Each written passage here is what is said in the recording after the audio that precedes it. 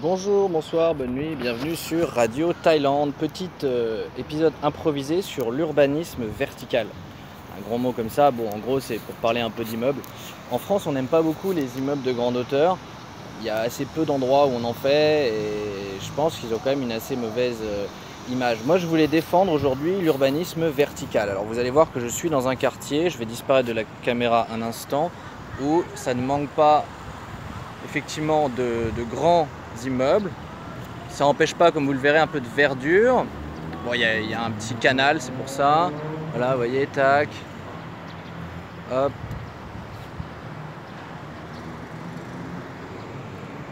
Et me revoilà. Voilà. Donc, vous allez dire, oh là là, c'est très moche, architecture assez basique. Mais voilà, l'envers du décor, c'est le jardin. Voilà, un jardin quand même assez sympa. Vous voyez, moi j'entends les oiseaux. Là, ça m'arrive de me poser là tranquillement. Et effectivement, la piscine.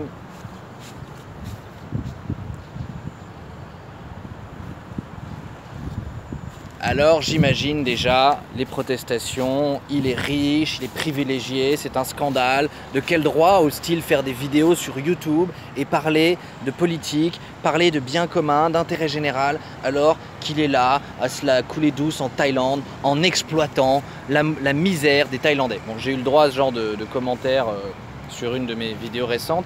Donc voilà, je dirais juste aux électeurs de Jean-Luc Mélenchon, enfin, d'une part que je n'habite pas dans un endroit pour riche, puisque mon loyer, qui est, voilà, mon studio est là juste au coin. Enfin, j'ai une chambre, c'est un 2 pièces de 30 mètres carrés et le loyer est de 350 € par mois. Donc j'ai pas l'impression de vivre dans une opulence incroyable. Et voilà, les 2 chambres, les 3 pièces dans cet immeuble se louent aux alentours de 700 €. Donc voilà, forcément en Thaïlande, c'est la classe moyenne jeune qui habite ici, ce qu'on appellerait chez nous des primo-accédants. Voilà, des jeunes couples qui ont effectivement fait quand même un peu d'études, mais qui gagnent ici, vous savez, ils vont gagner 800 € chacun, peut-être, ou 500, 600, à deux, ils vont gagner, voilà, à deux, ils vont gagner 1500, entre 1000 et 1500 € et se payer un loyer à 350. Voilà, c'est ça le niveau de vie ici. Les Thaïlandais, effectivement, ils vont pas partir en vacances. Ces gens-là, c'est pas le genre de gens qui vont partir en vacances en Europe ou avoir des yachts ou tout ça. Mais ils ont un cadre de vie, vous voyez, au quotidien qui est quand même pas dégueulasse. Et ils vont au boulot en métro, voilà. Et donc le métro aérien ici, il est climatisé, il est propre, c'est pas le bordel, il n'y a pas de clodo. Voilà, c'est beaucoup plus agréable que de prendre le métro à Paris par exemple. Bon, après il y a des villes comme à Lyon par exemple, en tout cas à l'époque où j'étais étudiant, où le métro était quand même assez clean.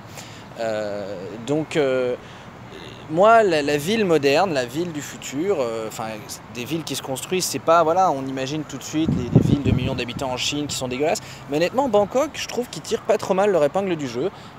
Dans mon quartier, il y a à peu près que des buildings comme ça. Vous voulez peut-être un décor un peu plus vert pour finir la vidéo, voilà. Il y a à peu près que des buildings avec des grandes piscines, un peu d'espace vert. Enfin celui-là il a particulièrement d'assez grands espaces verts, parce que je vous ai pas montré non plus. En bas il y a le jardin comme ça, voilà, tu vois. Voilà, et en bas il y a un petit 7-Eleven. Pour ceux qui me connaissent, je suis assez fan du ham cheese du 7-Eleven.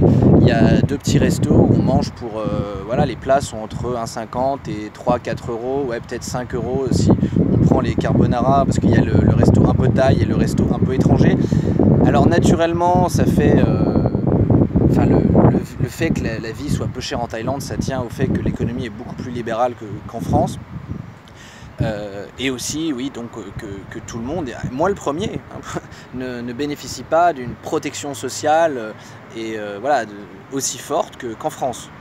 Alors je ne vais pas disserter maintenant si c'est bien ou pas bien, parce que là on est dimanche, on se relaxe un peu, on ne va pas partir dans des grands débats économiques, mais je démarre pour information, pour ceux que ça intéresse un peu de savoir où j'en suis de mes réflexions, le livre Économie de bien commun, écrit par le prix Nobel d'économie 2014, Jean Tirole. Si je dis pas de bêtises, je suis mauvais en nom. Ça m'a l'air, là, voilà, d'ici quelques semaines, je serai beaucoup plus cultivé que maintenant. Mais donc, je voulais, le but de cette vidéo, qui sera un peu plus courte que d'habitude, c'était de dire que, voilà, pour moi, des villes avec des immeubles de grande hauteur, je préfère le verre et l'acier au béton. Et alors voilà, quels sont les matériaux les moins nuisibles pour l'environnement, etc. Tout ça, c'est des débats qu'on peut avoir.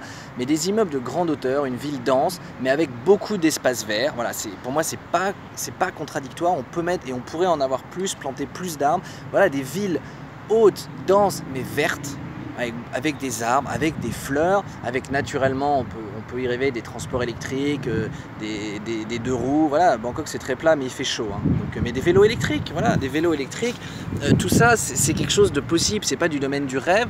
Et effectivement, il ne faut pas systématiquement avoir peur de la modernité ou de la ville.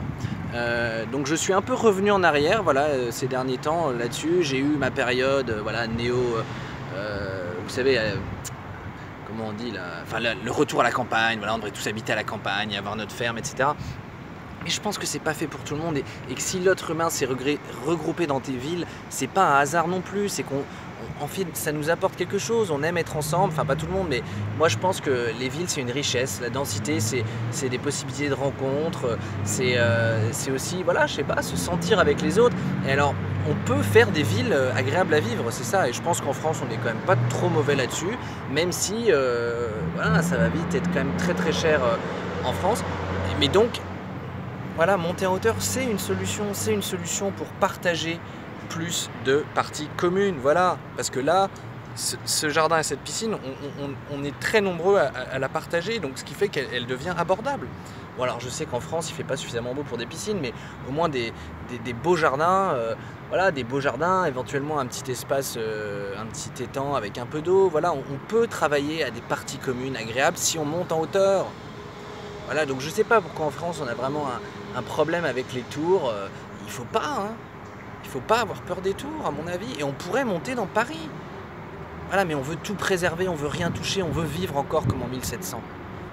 Bon, parce que j'ai fait 2-3 enregistrements avant qui étaient ratés, donc là ça va aller, mais je voulais juste, voilà, est-ce qu'il y a 2-3 trucs que j'ai oubliés, voilà, je pense pas, si, peut-être que je l'ai déjà dit, mais au pire je le répète, j'ai été quand même assez choqué lorsque j'ai fait une vidéo critique sur Jean-Luc Mélenchon, qui cette fois, oui, ne sera pas cité dans le titre, mais la façon dont les électeurs de Jean-Luc Mélenchon m'ont globalement renvoyé à la gueule un délit de faciès, parce que j'ai fait ces vidéos en voiture, donc pour eux, voilà, jeune, lunettes de soleil, voiture, Thaïlande, j'étais un riche capitaliste exploiteur de Thaïlandais. Je trouve ça terrible comme amalgame, comme refus de penser. Et aussi, on a l'impression que si on n'est pas pauvre, en fait, voilà, alors je suis pas riche, mais je suis pas pauvre, je suis moyen plus aujourd'hui. Voilà, je me plains pas, mais je suis pas un riche, je suis pas dans l'oligarchie financière mondiale qui détruit la planète et qui exploite les gens. Je suis juste quelqu'un qui se donne du mal pour effectivement essayer d'être libre dans sa vie. J'ai cette chance-là, mais j'ai travaillé dur pour aujourd'hui être relativement libre dans mon travail, relativement indépendant, d'avoir une qualité de vie qui me convient. J'aime bien les villes, voilà, j'ai la chance de travailler aussi dans une station balnéaire. Mais est-ce que ça m'empêche, est-ce que ça m'interdit de réfléchir, de participer au débat d'idées, de participer, et même si je suis en Thaïlande, voilà, je me pose la question de voter, est-ce qu'effectivement mon vote a encore vraiment une légitimité? Mais en revanche, continuer à réfléchir et à partager avec vous, Français, un certain nombre d'idées, de réflexions sur ce que peut être une société et l'organisation d'une société, notamment du fait que je vis dans un pays où les choses sont très différentes. Voilà, je trouve que j'ai le droit de faire ça, et quand des gens, en gros, parce que j'ai critiqué par malheur leur leader et leur gourou, me mettent, voilà, me renvoient dans les cordes, je trouve ça bien dommage.